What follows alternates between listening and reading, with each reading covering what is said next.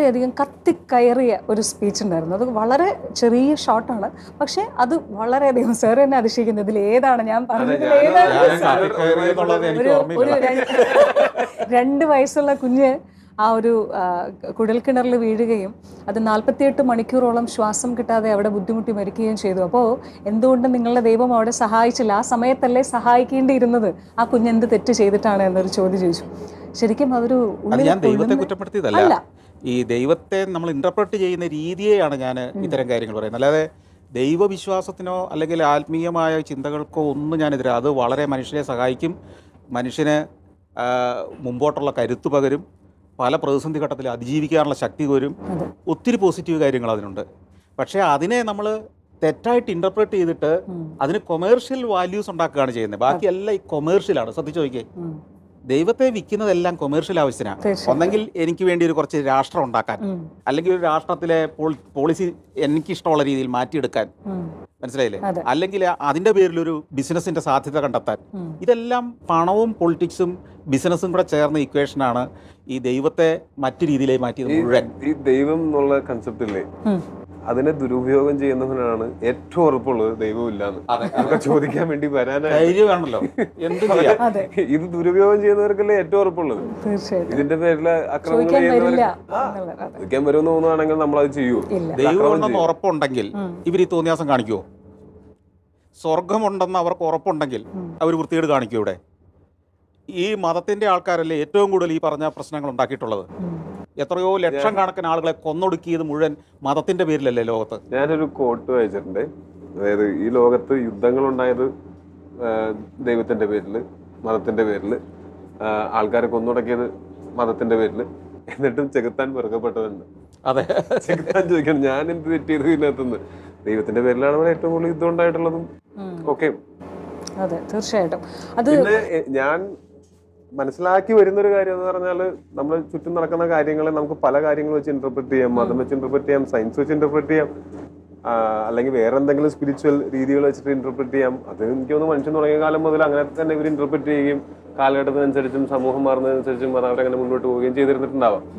ഇത് തമ്മിൽ കോൺഫ്ലിക്റ്റുകൾ വരേണ്ട കാര്യം ശരിക്കും പറഞ്ഞാലില്ല. കോൺഫ്ലിക്റ്റുകൾ എനിക്ക് തോന്നുന്നു ഒന്നുകിൽ അജ്ഞത കൊണ്ടായിരിക്കും, അല്ലെങ്കിൽ മനഃപൂർവ്വമായിരിക്കും ഈ കോൺഫ്ലിക്റ്റുകൾ ഉണ്ടാവുന്നത്. കോൺഫ്ലിക്റ്റ് ഉണ്ടാക്കിയാൽ ലാഭം ഉണ്ടെങ്കിൽ അതെ, അത് പറഞ്ഞു. ഒന്നുകിൽ അജ്ഞത അല്ലെങ്കിൽ മനഃപൂർവ്വം. അതായത് നേതാക്കന്മാർക്ക് അജ്ഞതയില്ല, അണികൾക്ക് അജ്ഞതയുണ്ട്. അത് സാർ നേരത്തെ പറഞ്ഞ പോലെ ഈ 5ാം ക്ലാസ്സുകാരായിട്ടുള്ള റിയാക്ട് ചെയ്യുന്ന ആൾക്കാരുടെ ആ ഒരു ലെവലിൽ നിന്ന് മാത്രം റിയാക്ട് ചെയ്യുമ്പോൾ നമ്മൾ ഈ പറഞ്ഞു തരുന്നതെല്ലാം അതാണ് ശരിയെന്ന് വിചാരിച്ച് അതിന് തന്നെ കൊട്ടിപ്പാടുന്നത് പോലെയാണ് നമ്മുടെ സോഷ്യൽ മീഡിയയിൽ മുഴുവൻ നമ്മൾ കാണുന്നത്. പക്ഷെ അത് എവിടെയൊക്കെ ആരൊക്കെ മനസ്സിലാക്കുന്നു എന്നുള്ളതാണ് അതിന്റെ ഏറ്റവും. അല്ല, ഈ 5ാം ക്ലാസ്സുകാരൻ ക്രമേണ MBBS-കാരനാകുമ്പോൾ ഈ പ്രശ്നം തീരും. അതെ, അതെ.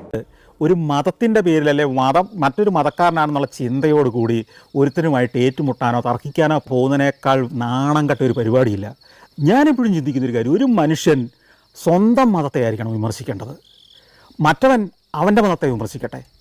ഞാൻ എൻ്റെ മതത്തെ വിമർശിക്കുകയും നിങ്ങൾ നിങ്ങളുടെ മതത്തെ വിമർശിക്കുകയും ചെയ്തു കഴിഞ്ഞാൽ നമ്മൾ അടുത്ത സുഹൃത്തുക്കളാവും, നമ്മുടെ മതവും വിമർശന വിധേയമാവും, പരിഷ്കരിക്കപ്പെടും. നിങ്ങൾക്ക് നിങ്ങളുടെ അയൽക്കാരൻ്റെ അമ്മയെ വിമർശിക്കുന്നതിന് പകരം നിങ്ങളുടെ അമ്മയെയും നിങ്ങളുടെ മക്കളെയും നിങ്ങളുടെ സഹോദരങ്ങളെയും നിങ്ങൾ വിമർശിക്കുകയും നന്നാക്കാൻ ശ്രമിക്കുകയും ചെയ്യൂ. അവൻ്റെ വീട്ടുകാരനെ നന്നാക്കാൻ ശ്രമിക്കട്ടെ. അതിന് പകരം നീ അവൻ്റെ വീട്ടുകാരനെ നന്നാക്കാൻ ശ്രമിക്കും, അവൻ നിൻ്റെ വീട്ടുകാരനെ നന്നാക്കാൻ ശ്രമിക്കും. ഈ പറഞ്ഞ അശ്ലീലമാണ് ഇന്ത്യയിലെ ഈ മതസ്പർദ്ധയുടെ കാരണം. ഇതേ വികാരമുള്ള അതിസാധാരണക്കാരും വിവരശേഷമില്ലാത്തവരുമായ ആളുകളായിരുന്നു ഈ തീർത്ഥാടകരായി പോയവരും ഇവിടെ കച്ചവടം നടത്തിയവരും എന്നുള്ളത് നമുക്ക് വ്യക്തമാണ്. അതുകൊണ്ടാണല്ലോ മതം രണ്ട് മതമാണെന്നുള്ളതിൻ്റെ പേരിൽ അവിടെ വെച്ചൊരു ഫ്രിക്ഷൻ ഉണ്ടാകുന്നത്. ഇവിടെ കേരളത്തിൽ നമുക്ക് അങ്ങനെ സങ്കല്പിക്കാൻ കഴിയില്ലല്ലോ. അത്രയും ഉണ്ടായിരുന്നുള്ള അവരുടെ നിലവാരം, അത്രയും ഉണ്ടായിരുന്നുള്ള അവരുടെ ചിന്താഗതി. ആ നിലവാരത്തിലേക്ക് വളരാനാണ് ഇപ്പോൾ കേരളം ശ്രമിക്കുന്നതെന്നുള്ളതാണ് നാണക്കേടിൻ്റെ മറ്റൊരു അവസ്ഥ. ഒരു ബാധ്യത പോലെ സഫാരി ചാനലിൽ അടുത്ത തലമുറയിലേക്ക് ഒന്നും കൊണ്ടുകൊണ്ട് ഒരു കാര്യമില്ല. ഒരു സാമൂഹ്യ വിരുദ്ധന് പോലും എന്ത് വേണേൽ പ്രചരിപ്പിക്കാവുന്ന ഒരു ലോകത്തല്ലേ ജീവിക്കുന്നത്. നിങ്ങളുടെ മതം പഠിപ്പിച്ച മണ്ടത്തരങ്ങൾ മറ്റുള്ളവരെ അടിച്ചേൽപ്പിക്കരുത്. ഈ ഭൂമിയിൽ ഒന്നും ചെയ്യാൻ കഴിവില്ലാത്ത ഒരു ദൈവത്തിന് സ്വർഗത്തിൽ എന്ത് വഴക്കാ ചെയ്യാനാ പറ്റുന്നത്? നിങ്ങൾ ഇന്ന് തേണ്ടിത്തരം കാണിക്കുന്ന ഒരുത്തനെ ഇവിടെ കാണിച്ചതാ. ഈ മതത്തെ കൂട്ടുപിടിച്ചുള്ള രാഷ്ട്രീയത്തിലല്ല നിങ്ങളുടെ ഒന്ന് സ്വപ്നം നടപ്പാകാൻ പോകുന്നത്. മതവിദ്യാഭ്യാസം നടക്കുമ്പോൾ ഏറ്റവും ബാല്യത്തിൽ പഠിക്കുന്ന മതത്തിന്റെ വിശ്വാസങ്ങളും മരിക്കുന്ന വരെ മനുഷ്യൻ ഒരു ഇഞ്ച് മാറാതെ പാലിക്കുന്ന സമൂഹങ്ങളില്ലേ ഈ ലോകത്ത്? പല മതങ്ങളിലും അങ്ങനെയല്ലേ? അപ്പൊ ഏറ്റവും ബാല്യത്തിൽ അത് തലക്കകത്തോട്ട് കയറി എന്നതുകൊണ്ടല്ലേ അത് ഒരു ഏത് സ്റ്റേജിലെത്തി കഴിയുമ്പോഴും അതിൽ നിന്ന് ഒരു അണുവിടെ ചലിക്കാതെ അത് പുലർത്തിക്കൊണ്ട് പോകാൻ ആളുകളെ പര്യാപ്തമാക്കുന്നത്. ഇതേപോലെ സമൂഹത്തിന്റെ നിയമങ്ങളും പഠിപ്പിച്ചുകൂടെ നമുക്ക് കുട്ടികളെ? അതേ മട്ടിൽ തന്നെ പൗരബോധം നമുക്ക് പഠിപ്പിച്ചുകൂടെ കുട്ടികളെ? മതവിദ്യാഭ്യാസം മാത്രമേ ഇത്ര ചെറുപ്പത്തിൽ തലക്കകത്ത് കയറുന്നില്ലല്ലോ, പൗരബോധം ആ മട്ടിൽ തന്നെ കയറില്ലേ? അതിനാര് എഫേർട്ട് എടുക്കുന്നുണ്ട്? നമ്മുടെ വിദ്യാഭ്യാസ വിചക്ഷണന്മാരെന്ന് പറയുന്ന പലരും എനിക്ക് തോന്നുന്നത് അവരുടെ ഒരു ലോകത്തിരുന്നുകൊണ്ട് എല്ലാത്തിനെയും കാണുകയും ലോകം എങ്ങനെ അതിനെ നടപ്പാക്കുന്നതെന്ന് പലപ്പോഴും പഠിക്കാതിരിക്കുകയും ചെയ്യുന്നുണ്ടെന്ന് എനിക്ക് സംശയമുണ്ട്. നമ്മുടെ വിദ്യാഭ്യാസ വിഷയന്മാരൊന്നും മോശക്കാരായതുകൊണ്ടല്ല, രാഷ്ട്രീയമായ പല കെട്ടുപാടുകളും അവർക്ക് ഉണ്ടാകുന്നു എന്നുള്ളത് കൊണ്ട് ചിലപ്പോൾ അവർ റെസ്ട്രിക്റ്റഡ് ആവുന്നുണ്ടാവാം.